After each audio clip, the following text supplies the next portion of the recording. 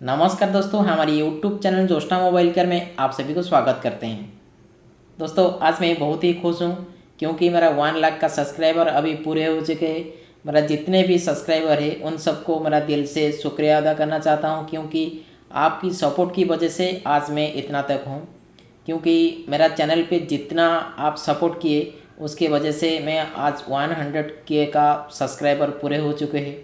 मेरा जितने भी स्टूडेंट वगैरह है उन सबको मेरा दिल से आशीर्वाद है क्योंकि मेरे साथ जो भी काम करते हैं उन सब अभी जो भी छोटे मोटे टेक्नीशियन हो उन सब के लिए भी है। और मेरा जितने भी स्टूडेंट है मेरे साथ जो काम करते हैं उन सबको मेरा दिल से आशीर्वाद करना चाहता हूँ क्योंकि आपकी सपोर्ट की वजह से आज मैं इतना तक हूँ। मैं आज जो वीडियो अपलोड करने जा रहा हूँ दोस्तों, इस वीडियो के ज़रिए आपको कुछ ना कुछ नॉलेज तो मिलेगा और मैं हमेशा नॉलेजफुल वीडियो ही शेयर करता हूँ। जैसे ही आज आपके पास एक लाऊंगा पोको X3 Pro। इस मोबाइल पे क्या फॉल्ट है, इसको कैसे ट्रेस करना है, ये मोबाइल पे CPU से फॉल्ट है या फिर पावर सेक्शन से फॉल्ट है। CPU इस पे रिवॉल्व हो चुका है, CPU रिवॉल्व के बाद ये सक्सेस नहीं हुआ, फिर UFS रिवॉल्व हुआ, UFS के बाद सक्सेस नहीं हुआ। तो ये कहाँ से प्रॉब्लम की वजह से ये सक्सेस नहीं हो रहा है। ऐसा कि नहीं कि हर वक्त CPU सही रहेगा, कभी कभी CPU भी ख़राब होता है। तो इस टॉपिक पर आज बात करेंगे, कैसा हम इसके ऊपर चर्चा करेंगे, कैसा हम इसको ट्रेसिंग करेंगे। तो चलिए आज की वीडियो शुरू करते हैं।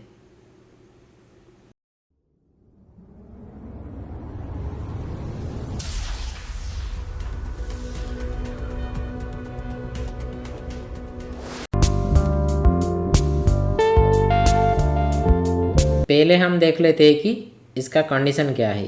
ये जो मदरबोर्ड पे रिपेयर हुआ है ये कितना रिपेयर हुआ है और ये रिपेयर पॉसिबल है या नहीं है, इसको एक बार चेक कर लेते हैं।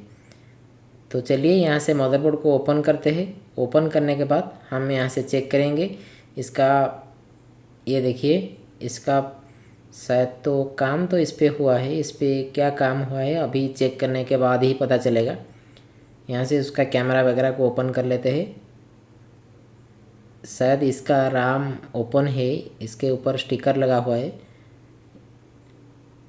जी सही बात है, इसका RAM ओपन है। इसका CPU के ऊपर भी एक स्टिकर लगा हुआ है।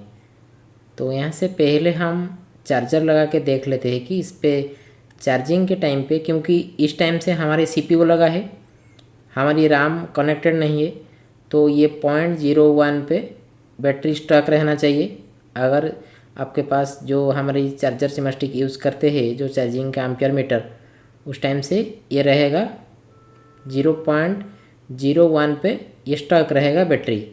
देखिए यहाँ से बैटरी का कोई जो एम्पियर वगैरह इस पर कुछ भी कंज्यूम नहीं करता है, ये फुल्ली डेड कंडीशन पे है।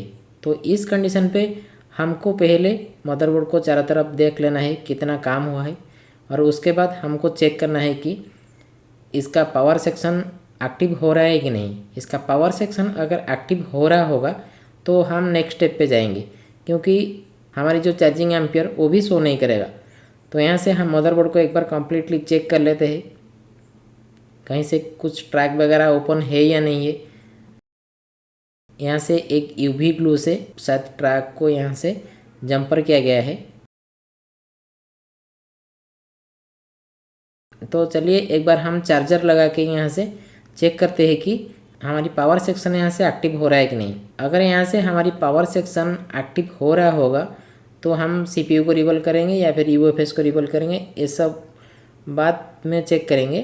पहले हम हमारी पावर सेक्शन के ऊपर जाएंगे। पावर सेक्शन पे पहले हम चेक करेंगे हमारी VPS बन रहा है कि नहीं। फर्स्ट हमारी VPS बन रहा है कि नहीं। अगर यहाँ से हमारी VPS बन रहा होगा तो हम हमारे जितने भी बॉक्स सेक्शन है उन सबको चेक करेंगे। यहाँ से हमारी V बस लाइन ओके है, यानी कि 5 वोल्ट आ रहा है, और यहाँ से हमारी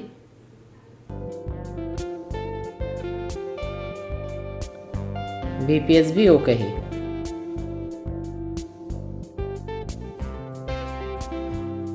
यहाँ से जितने भी बॉक्स सप्लाई है उन सब पे अभी चेक करेंगे। यहाँ से हमारी VPS आ रहा है, ओनली यहाँ से हमारी V बस और हमारी VPS आ रहा है, बाकी कुछ भी वोल्टेज यहाँ से शो नहीं कर रहा है। हमारी कंफर्मेशन के लिए हम ये जो हमारी मल्टीमीटर की प्रोब है इसको और एक बार एक नीडल लगा के इसको चेक करेंगे, क्योंकि इस पर जो कॉइल लगता है बक कॉइल हमारी लग गया है, उस पर शायद अच्छी तरह से कनेक्टेड नहीं हो पा रहा है। तो एक बार हम कंफर्मेशन के लिए लगाते हैं। यहाँ से वोल्टेज वगैरह कुछ भी शो नहीं हो रहा है, यहाँ से कुछ भी वोल्टेज शो नहीं हो रहा है। जब हमारी पावर सेक्शन एक्टिव नहीं है तो हमारी मोबाइल तो कभी भी नहीं चलेगा इस कंडीशन पे। तो इस कंडीशन पे पहले हमको पावर सेक्शन को ठीक करना है। अगर पावर सेक्शन यहाँ से हमारे ठीक नहीं होगा तो हमारे जितने भी बक सप्लाई है वो एक्टिव नहीं होगा। अगर बक सप्लाई एक्टिव नहीं होगा तो CPU को वोल्टेज नहीं मिलेगा, तो इस कंडीशन पे हमारी फ़ोन डेड रहेगा। ये प्रॉब्लम कहाँ से है इसको अभी हम ट्रेस करेंगे। तो चलिए एक बार हम इसका डेड वैल्यू ले लेते हैं। जो हमारी VRAM की सप्लाई है वहाँ पर चेक करते हैं कि हमारी VRAM की सप्लाई जो आ रहा है 1.1 वोल्ट यहाँ से सेटिंग है या नहीं है।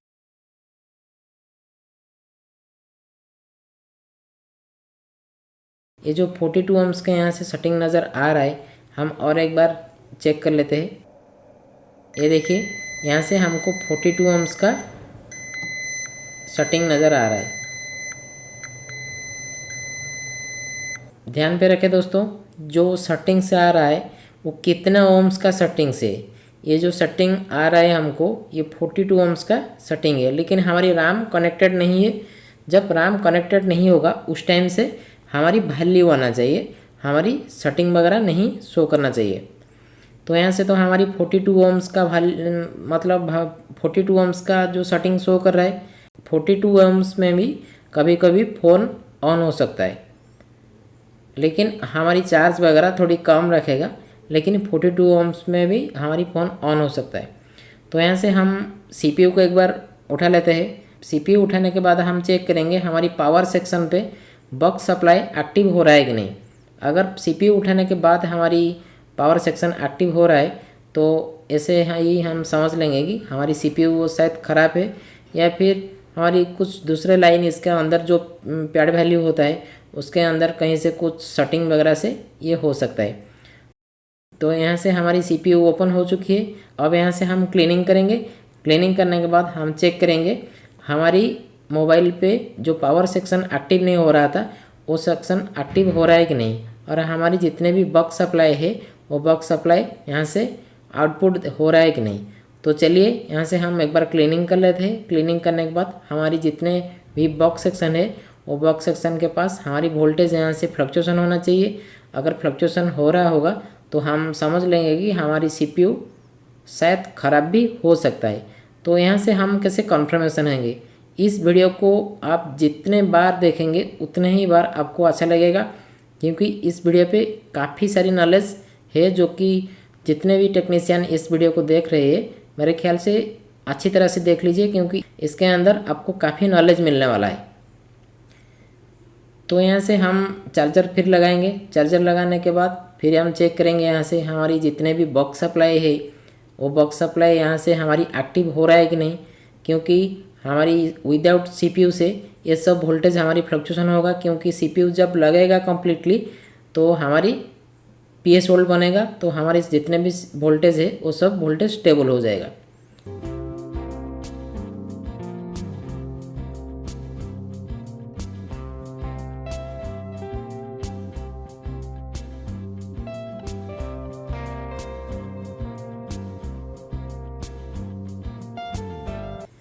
ये देखिए दोस्तों, यहाँ से हमारी 0.8 वोल्टेज PM8150 के पास मिल चुका है, जो कि हमारी 0.8 वोल्टेज यहाँ से हमको मिल चुकी है। और हम 8.0 यहाँ से हमारी 0.8 वोल्ट 1.7 वोल्ट और चेक करेंगे यहाँ से। ये देखिए यहाँ से हमको वोल्टेज वगैरह शायद मिल गया है। जो वोल्टेज पे हमको जो भी हमको डाउट था CPU के ऊपर, शायद CPU शॉर्ट हो जाने की वजह से इस कंडीशन पे फ़ोन है, या फिर अंदर का जो रिबल हुआ है रिबल सही तरह से नहीं होने की वजह से भी इस कंडीशन पे हो सकता है। कहीं से एक दूसरे से बॉल आपस में जुड़ गए होंगे तो ये वोल्टेज वगैरह आउटपुट नहीं होगा, क्योंकि हमारी वी रैम की सप्लाई पर हमको 42 ओम्स का सेटिंग नज़र आ रहा था।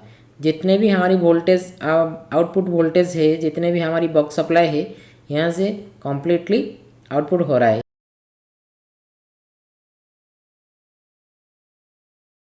ये हाई एलडीओ है, इसके अपोजिट साइड में हमको लो एलडीओ मिलेगा। ये देखिए 1.3 वोल्ट, यहाँ से लो एलडीओ, हाई एलडीओ बन रहा है, लो एलडीओ बन रहा है, वीरेज सप्लाई आउटपुट हो रहा है कम्प्लीटली, हमारी बॉक्स सेक्शन भी आउटपुट हो रहा है। अब यहाँ से हम चेक करेंगे हमारी जो वी रैम की सप्लाई यहाँ से 1.1 वोल्ट आउटपुट हो रहा है कि नहीं, और हमारी यूएफएस के पास जितने वोल्टेज है वो वोल्टेज सब मिल रहा है कि नहीं। ये देखिए यूएफएस के पास भी हमारी 1.1 वोल्ट की सप्लाई बराबर आ रहा है। जब यहाँ से हमारी जितने भी सप्लाई है वो सब कुछ आउटपुट हो रहा है, लेकिन सीपीयू लगाने के बाद वो सप्लाई सब स्टॉप हो जाता है, यानी कि पावर सेक्शन को पूरा स्टॉप किया जाता है। या तो सीपीयू के अंदर कुछ शॉर्ट है, या फिर सीपीयू जो रिबल जो टेक्नीशियन भाई ने मेरे पास सेंड किए थे, उन्होंने रिबल के टाइम से कुछ साथ एक दूसरे से बॉल आपस में जुड़ गए होंगे, तो इस कंडीशन पे भी फ़ोन आ सकता है।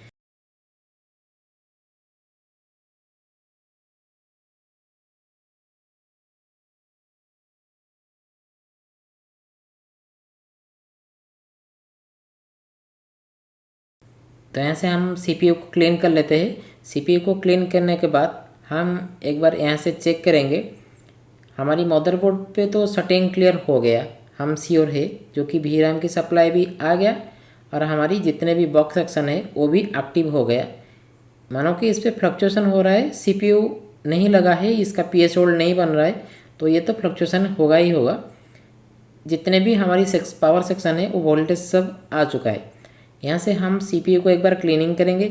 क्लीनिंग करने के बाद हमारी मदरबोर्ड पे जो वी रैम सप्लाई जाती है, जो सीपीयू के पास जो वी रैम सप्लाई जाता है, वो वी रैम सप्लाई को हम चेक करेंगे डायड मोड पे। वो वी रैम सप्लाई शॉर्ट है या नहीं सीपीयू के अंदर चेक करेंगे। अगर सीपीयू के नीचे जो पैड होता है, सीपीयू के नीचे जो पैड होता है, अगर वो शॉर्ट निकला तो इसको बैठाने का कोई फ़ायदा नहीं। इसको हम चेक करेंगे, क्योंकि सीपीयू के बैठाने के बाद अगर यहाँ से फिर एक बार सेटिंग आ गया तो ये दूसरा काम ज़्यादा ही बढ़ जाएगा। तो इससे पहले हम ये जो सप्लाई जा रहा है जहाँ पर, वो सप्लाई को यहाँ से एक बार काउंट कर लेंगे। शायद ये 13, 14, 15 नंबर पिन पर जा रहा होगा साइड से, अगर इसको काउंट करेंगे।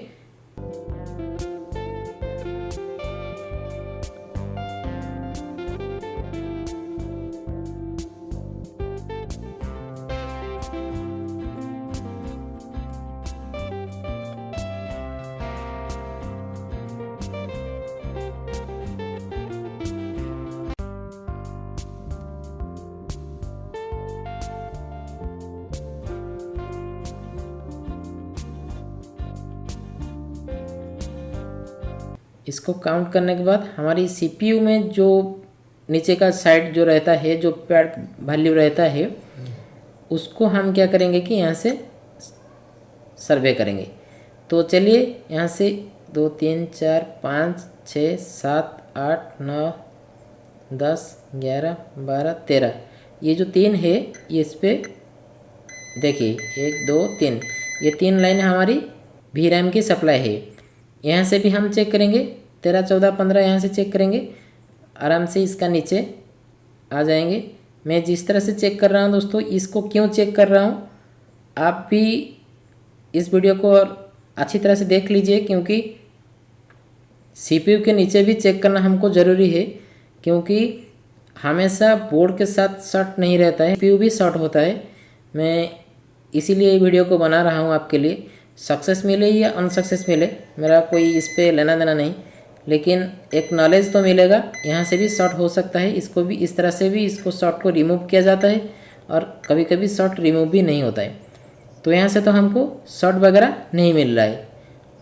जो पॉइंट है जो हमारी 13, 14, 15 नंबर पर पिन पर हमको, और एक बार यहाँ से अच्छी तरह से चेक कर लेते हैं। ये देखिए इस पर सेटिंग वगैरह नहीं है, लेकिन इस पर तो सेटिंग नहीं है और यहाँ से भी सेटिंग नहीं है। तो CPU लगाने के बाद VRAM की सप्लाई 42 ओम्स का सेटिंग क्यों होता है?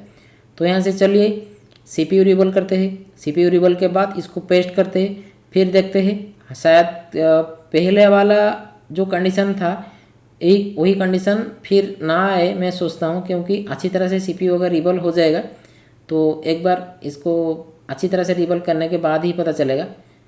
तो चलिए यहाँ से CPU को रिबल करते हैं। रिबल करने के बाद इसको पेस्ट करके चेक करते हैं।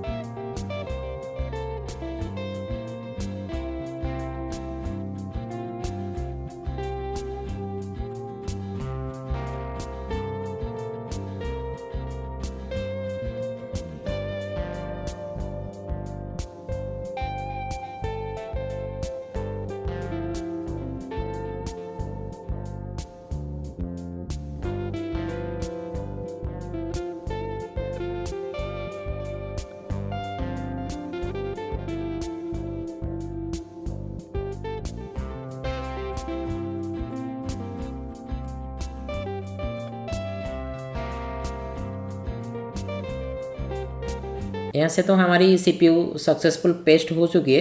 अब यहाँ से हम चेक करेंगे हमारी जो सप्लाई, ये देखिए ये हमारी सप्लाई फिर एक बार यहाँ से 31 ओम्स का सेटिंग बता रहा है, जो कि 42 ओम्स का सेटिंग बता रहा था। ये थोड़ी हल्का सा हीटिंग है, इसीलिए ये 31 ओम्स का सेटिंग अभी बता रहा है। तो अब यहाँ से हम चार्जर लगा के चेक करते हैं कि जो 31 ओम्स का सेटिंग आ रहा है वो एक्चुअली इस पर वोल्टेज वगैरह कुछ मिल रहा है कि नहीं, क्योंकि हमने तो अच्छी तरह से इसका CPU को रिबल कर चुके हैं, फिर भी इस पर तो सेटिंग आ ही गए। तो ये शायद ये प्रॉब्लम 100% CPU ख़राब की वजह से आता है। ये CPU ऑलरेडी डेड है, फिर भी इसका कन्फर्मेशन के लिए हम बार बार इसको चेक कर रहे हैं, क्योंकि एक फ़ोन ज़िंदा हो जाएगा तो हमारी मेहनत, जो मेहनत हमने की है वो मेहनत का शायद कुछ हमको भी, इसका मेहनत का जो भी पैसा हमको भी मिल सकता है। तो यहाँ से हम फिर एक बार यहाँ से चेक करेंगे जितने भी वोल्टेज वगैरह है, वोल्टेज आउटपुट हो रहा है कि नहीं। तो यहाँ से VRAM की सप्लाई पर हमको तो कुछ भी वोल्टेज नहीं मिल रहा है। जब यहाँ से VRAM की सप्लाई पर वोल्टेज हमको नहीं मिल रहा है तो बाकी का वोल्टेज भी सब स्टॉप हो गया होगा। तो यहाँ से इस कंडीशन पे हम क्या करेंगे, एक बार हम UFS को उठा लेते हैं। UFS को उठाने का कोई मकसद नहीं था मेरा, क्योंकि UFS पे कोई मसला ही नहीं था। फिर भी हमारी हीटिंग के टाइम पे जब हमने CPU को बैठाया, शायद कुछ बल्ब वगैरह इसके अंदर लग गया होगा तो ब्रेक हो गया होगा वोल्टेज। हमारी डाउट क्लियर करने के लिए हम इसको उठा लेते हैं। इसको उठाने के बाद हम फिर एक बार चेक करेंगे यहाँ से हमारी जो सप्लाई है वो सप्लाई बन रहा है कि नहीं, और हमारी जो सेटिंग है वो सेटिंग क्लियर होता है कि नहीं, इन सब को अभी चेक करेंगे। ये जो 31 ओम्स का सेटिंग था ये 24 ओम्स का सेटिंग अब आ चुका है। अब यहाँ से हम एक काम करेंगे, यहाँ से जो हमारी सेटिंग है उस पर हम 1.1 वोल्ट इंजेक्ट करेंगे। यहाँ से ज़्यादा इंजेक्ट नहीं करेंगे, क्योंकि ये जो हमारी लाइन है वो लाइन 1.1 वोल्ट का ही लाइन है। यहाँ से हमने 1.1 वोल्ट जब इंजेक्ट कर रहे हैं तो पहला बार इस पर कुछ सेटिंग क्लियर होते हुए नज़र आया, उसके बाद ये सेटिंग शायद क्लियर हो गया। पहले कुछ एम्पियर लिया था, उसके बाद ये सेटिंग क्लियर हो गया। इसको बार बार लगा लेते हैं क्योंकि इस पर कुछ सेटिंग वगैरह है या नहीं है, इसको कंफर्मेशन के लिए। तो एक बार इसको चेक कर लेते हैं।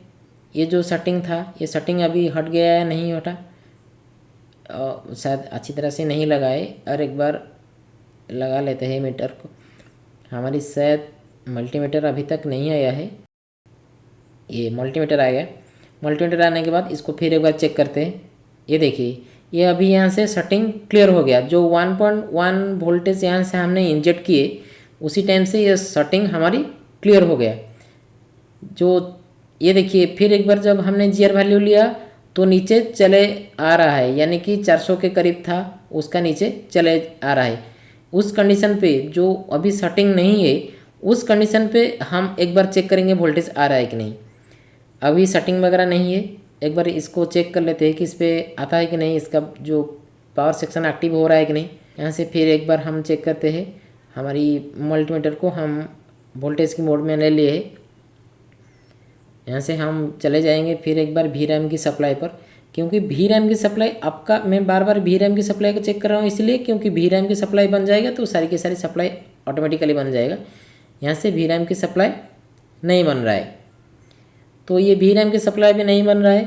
तो ये फिर एक बार शायद जो सेटिंग क्लियर हुआ था वो सेटिंग शायद इस पर हो गया होगा, या फिर ये सेटिंग क्लियर होने के बाद भी ये CPU का लफड़ा है जो कि ये वोल्टेज को ब्रेक करता है। क्योंकि इसको ओपन करने के बाद ये कम्प्लीटली चल रहा है, वोल्टेज आउटपुट पूरा बराबर हो रहा है, और इसको लगाने के बाद, CPU लगाने के बाद ये हमारी वोल्टेज को स्टॉप कर देता है। यानी कि ये तो CPU 100% सेटिंग के वजह से ही होता है। तो यहाँ से जितने भी हमारी वोल्टेज वगैरह है वो सब आउटपुट नहीं हो रहा है। फिर भी हमारे जितने भी वोल्टेज है वो वोल्टेज वगैरह को हम एक बार DSO में देख लेते हैं।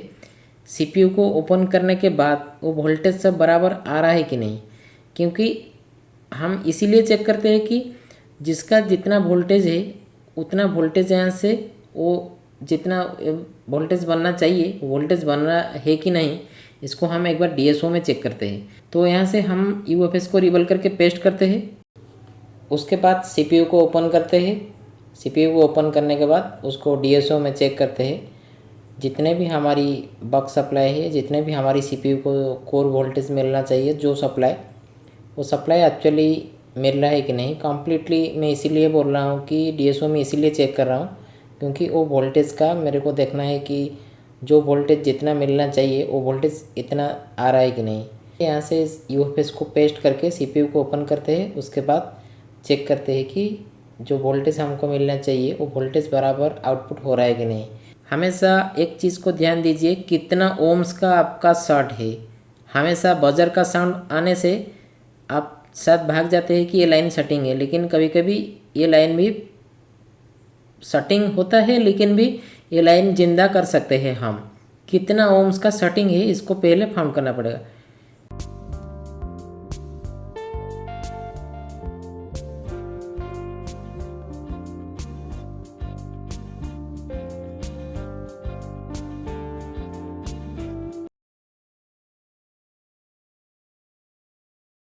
ये देखिए वोल्टेज 1 वोल्ट के आसपास ही इसका वोल्टेज आ रहा है। तो ऐसे ही दोस्तों हम श्योर हो गए कि इसका CPU ख़राब हो चुका है, इस पर रिपेयर पॉसिबल नहीं है। मैं आशा करता हूँ दोस्तों इस वीडियो के ज़रिए आपको काफ़ी सारी नॉलेज मिल गया होगा। हर वक्त CPU सही नहीं होता है, कभी कभी CPU भी ख़राब होता है, लेकिन हमको ट्रेसिंग करने का तरीका मालूम होना चाहिए। कौन सा लाइन पर कितना वोल्टेज इंजेक्ट करने से शॉर्ट हटता है, इस वीडियो पे भी आप देख लिए होंगे। क्योंकि 1 वोल्ट, जो 1 वोल्ट का लाइन है, अगर इस पे हम शॉर्ट क्लियर यूज़ कर देते तो ये लाइन पे जो सेटिंग है वो CPU तुरंत ख़राब कर देता। अगर CPU बचने का चांसेस भी होगा तभी ये ख़राब कर देता। तो जो लाइन पर जितना वोल्टेज है वो लाइन को आपको पहले देखना पड़ेगा कि वही लाइन पर हमको इतना वोल्टेज ही इंजेक्ट करना है। तो यहाँ से पावर सेक्शन तो कम्प्लीटली एक्टिव हो गया है दोस्तों, इसका CPU ही ख़राब है। तो आज के लिए इतना है दोस्तों, फिर मिलेंगे एक नेक्स्ट वीडियो पे। मैं आशा करता हूँ इस वीडियो के आपको क्या नॉलेज मिला, मेरा कमेंट बॉक्स पे आप ज़रूर देना। तो आज के लिए इतना ही।